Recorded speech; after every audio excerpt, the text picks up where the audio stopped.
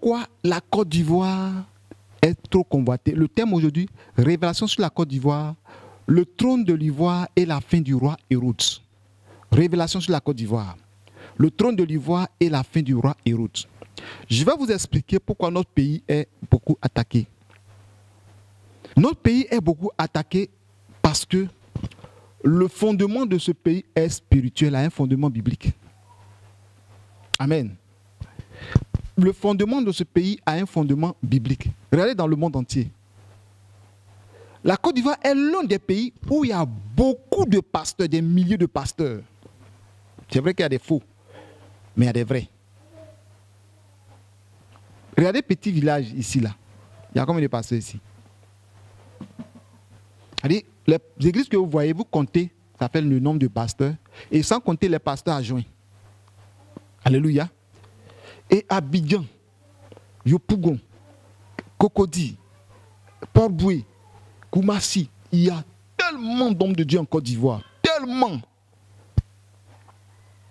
Et ce qui fait que le diable veut détruire la nation. Parce que si tous ces hommes de Dieu vivent dans la santé, qui commencent à prier, la Côte d'Ivoire sera délivrée. La Côte d'Ivoire, le nom Côte d'Ivoire a un impact positif sur la nation. Ivoire là, c'est un impact positif parce que quand on parle de l'Ivoire, on parle de la royauté. Amen. Lorsqu'on parle de l'Ivoire, on parle du roi. Donc quand on parle de l'Ivoire, on parle aussi du président. Et là, la révélation va commencer. Est-ce que vous comprenez? Le président. Et quand vous lisez la Bible, dans 1 Roi chapitre 10, je vais aller un peu plus vite. Amen. Vous lisez le verset 17. Il est écrit que « Et 300 autres boucliers d'or battus, pour chacun desquels il employa 3000 d'or, et le roi les mit dans la maison de la forêt du Liban. » Verset 18 de 1 Roi 10, je ne vais pas tout lire. Je lis le verset 18 qui nous concerne plus. « Le roi fit un grand trône d'ivoire et le couvrit d'or pur. » Alléluia. Le roi Salomon avait son trône. Alléluia. Mais aujourd'hui, le trône que les gens font, ils font en bois. Et ils couvrent d'or. Où ils mettent des trucs comme les chaises présidentielles, les fauteuils présidentiels. Là, où lorsque un président vient, après l'investiture, il a assis sur une chaise présidentielle. Alléluia. Un fauteuil présidentiel. Donc, le roi, le chef de l'État, il est assis sur un fauteuil présidentiel. Je vais vous dire une chose. Souvent, quand les gens viennent, on dit, oh, ils sont en train de lutter le fauteuil. C'est pas ce qu'on dit. Ils sont en train de lutter le fauteuil. Qui va s'asseoir sur le fauteuil de la Côte d'Ivoire? Effectivement, il y a un fauteuil. Donc, mais bien aimé, il y a toujours un fauteuil présidentiel. Et c'est ce fauteuil-là que tout le monde lutte. Et tous ceux qui sont qui veulent être président, veulent s'asseoir sur ce fauteuil. Est-ce que vous comprenez? Ce fauteuil, c'est fait de main d'homme. Et pour la Côte d'Ivoire, il y a une révélation cachée sur le fauteuil de Côte d'Ivoire. La Côte d'Ivoire, sur le plan physique, on parle de l'ivoire. Amen.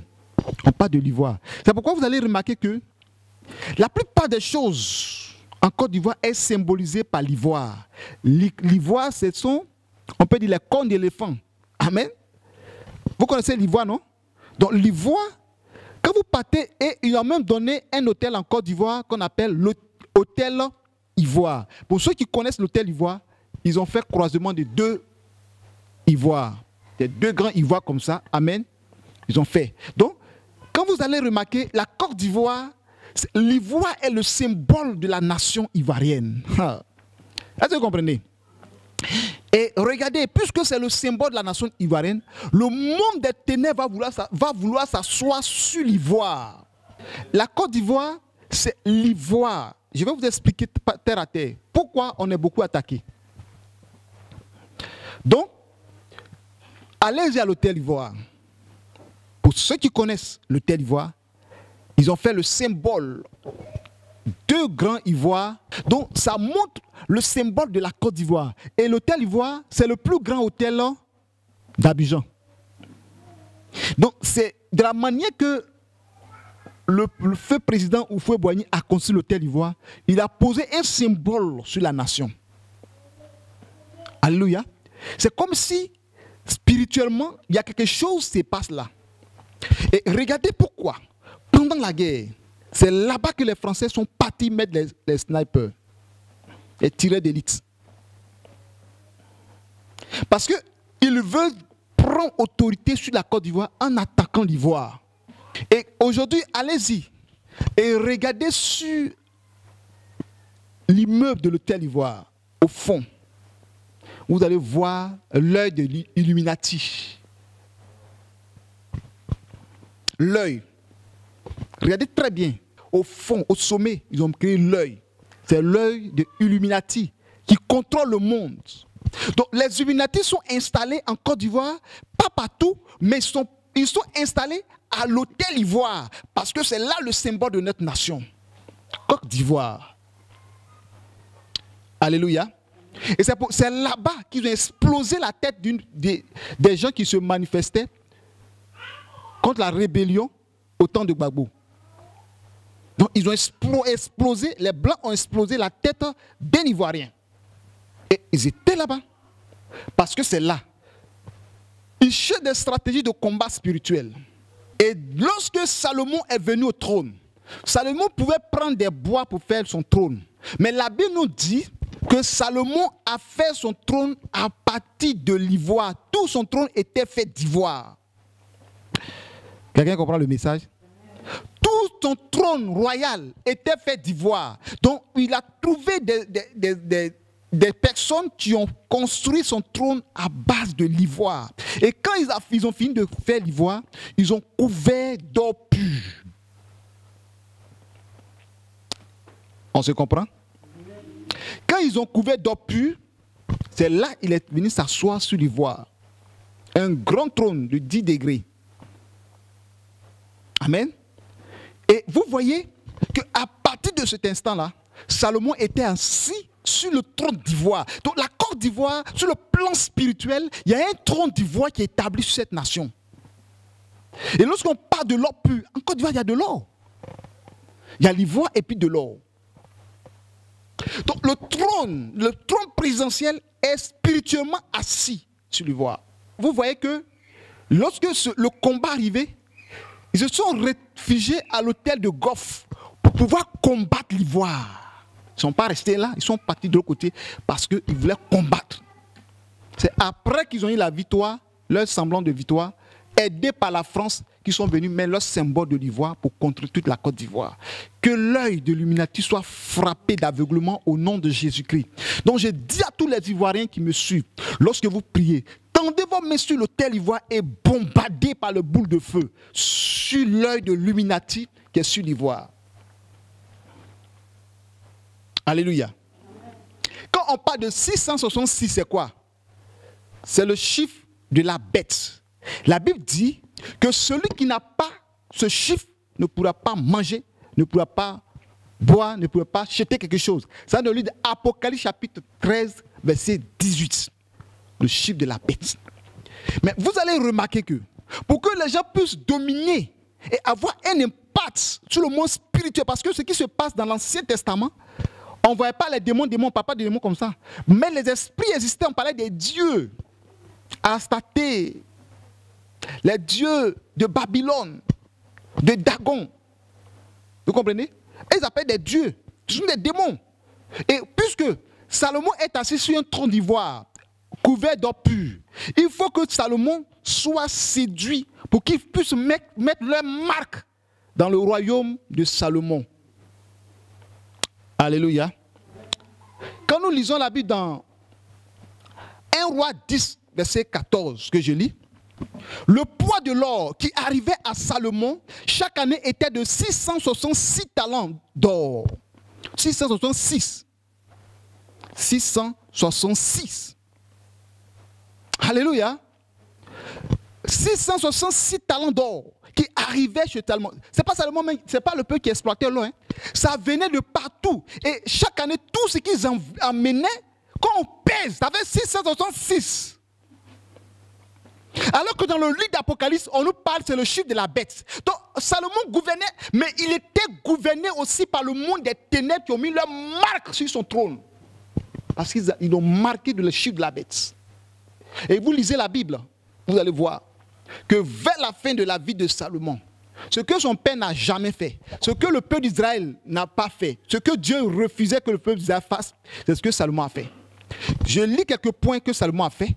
Le roi Salomon, dans 1 roi 11, le roi Salomon aima beaucoup de femmes étrangères, outre la femme de Pharaon, des Moabites, des Ammonites, des Édomites, des Sidoniennes et des Égyptiennes, appartenant aux nations dont l'Éternel avait dit aux enfants d'Israël, vous n'irez point chez elles et elles ne viendront point chez vous.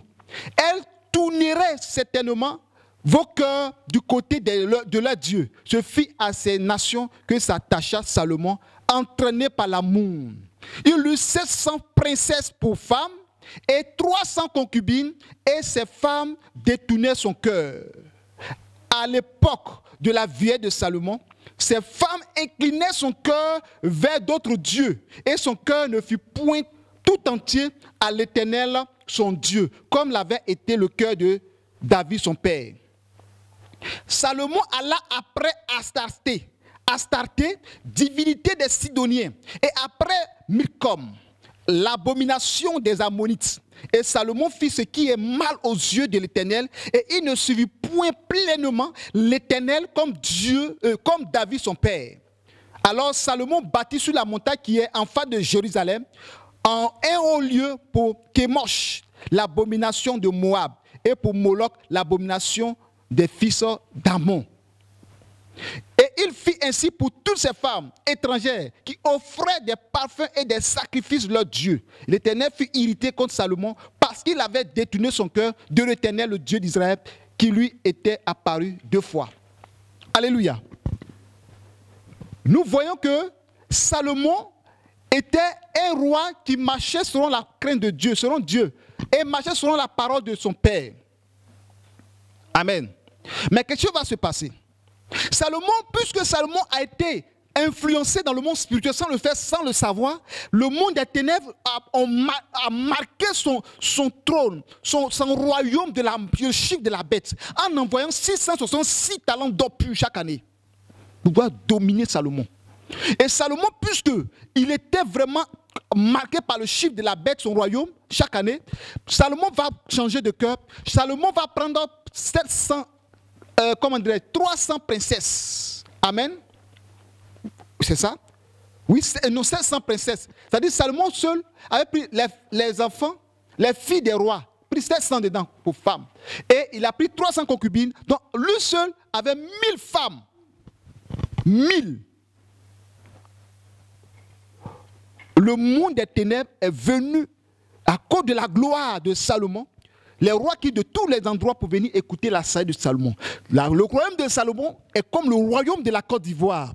Cette nation regorge beaucoup de potentialités. Cette nation regorge beaucoup de dons, beaucoup de richesses. C'est pourquoi vous allez voir que ce n'est pas dans toutes les nations que vous allez voir les Français vont partir, les Américains, les Chinois, les Africains et tout ça. La Côte d'Ivoire était comme un centre d'opération, un centre de lieu de commerce, un centre de lieu de richesse. Et les gens viennent dans ce lieu. C'est comme le Congo. C'est l'un aussi des pays les plus riches de l'Afrique. Et lorsque on sait que dans cet endroit, il y a la richesse, il y a la gloire, les gens apportent aussi leur gloire, à cause de la richesse. Mais les richesses sont marquées par le chiffre de la bête. C'est pourquoi en Côte d'Ivoire, vous remarquez que les Illuminati sont venus en Côte d'Ivoire pour faire alliance avec ceux qui sont là. Avec alliance avec lui là même qui est là présentement. Avec Alassane Ouattara.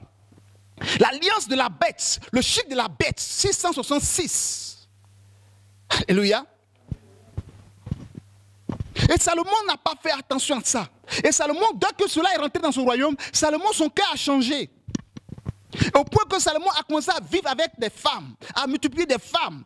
Au point que Salomon, maintenant dans sa richesse, a commencé à adorer d'autres dieux. Et même à donner l'argent à ses femmes pour aller payer des parfums pour adorer d'autres dieux. Or, que Salomon n'est pas appelé à adorer d'autres dieux. Salomon est allé jusqu'à bâtir l'autel des démons. Vous comprenez?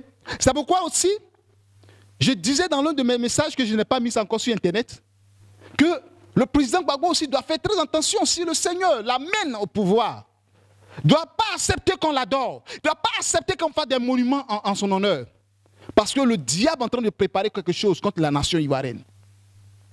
Le 666 est la marque du diable. Et pourquoi on amène des talents d'or? On dit chaque année. Pourquoi pas une année seulement? On dit chaque année. Alléluia.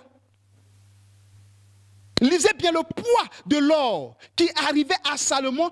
Chaque année était de 666 talents d'or pur.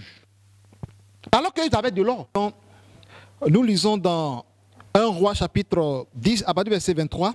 Le roi Salomon fut plus grand que tous les rois de la terre, par les richesses et par la sagesse. Tout le monde cherchait à voir Salomon pour entendre la sagesse que Dieu avait mise dans son cœur. Vous comprenez ici que Salomon, c'est quelqu'un qui était tellement béni que tout le monde cherchait à le voir et même entendre sa sagesse. La Côte d'Ivoire est une nation que plusieurs pays viennent pour venir investir dans cette nation. Pourquoi? Parce qu'il y a la richesse dans cette nation. Le sous-sol est riche, la terre est riche et il y a des potentiels dans cette nation. La Côte d'Ivoire est l'un des pays les plus bien situés dans le monde entier. Donc, on voit la présence des Blancs, des Américains, des Français, des Russes, des Chinois et un peu dans le monde entier. Les gens viennent investir dans cette nation. La Côte d'Ivoire, c'est un pays qui est béni. C'est un pays dont la grâce de Dieu est dans ce pays. Donc beaucoup de personnes viennent en Côte d'Ivoire pour venir investir. Donc en même temps que les gens viennent investir, le monde des ténèbres, le monde des Illuminati, le monde des francs-maçons, eux aussi viennent pour investir. Donc quand eux veulent investir, puisqu'il y a la religion, puisqu'il y a la prière, ils viennent aussi pour alourdir, pour assoupir les églises, pour qu'ils puissent dominer. La Bible déclare que quel lien a-t-il entre Christ et Bélial? Donc vous voyez que la lumière et les ténèbres ne peuvent pas cohabiter.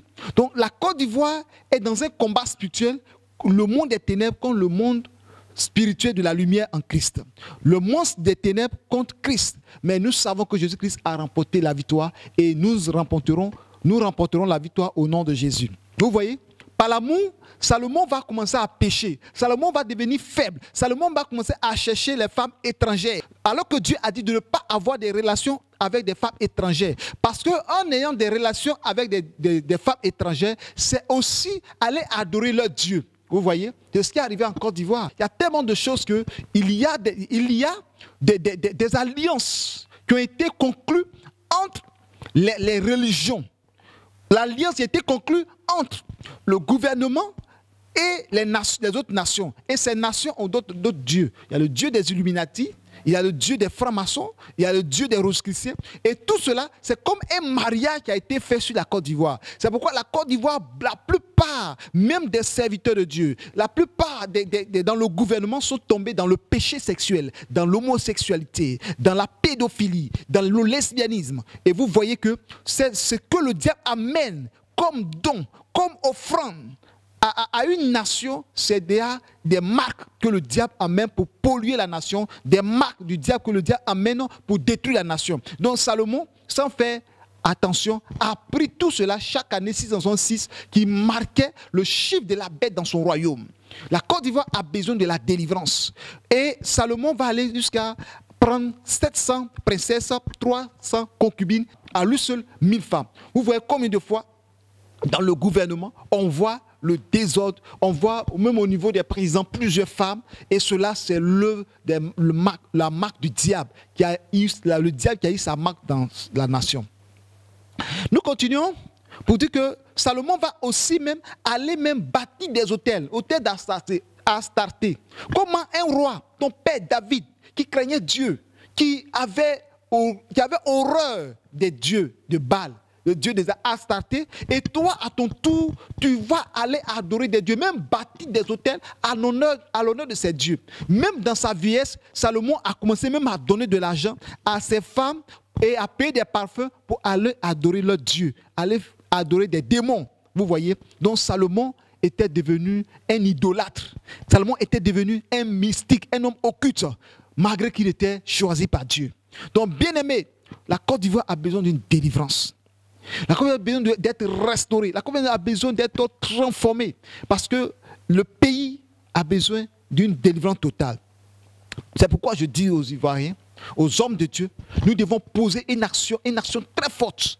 Aller vers l'hôtel Ivoire, où il y a l'œil de l'Illuminati. Aller tendre la main, où quelque soit où tu es, où tu vois l'hôtel Ivoire.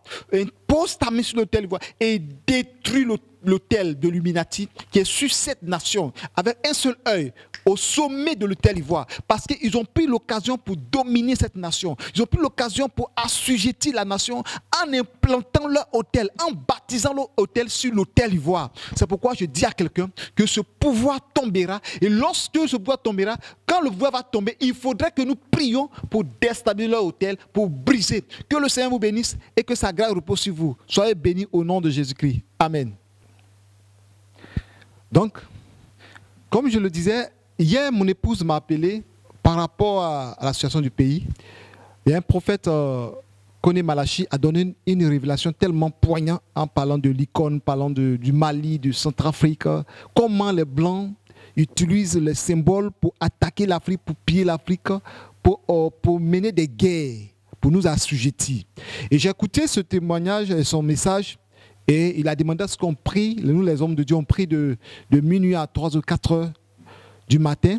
Et quand j'ai prié, je suis parti me coucher. Et je fais un songe où j'ai vu les microbes qui arrivent avec des machettes. Et du coup, j'ai vu dans ma main comme un pilon, un bois.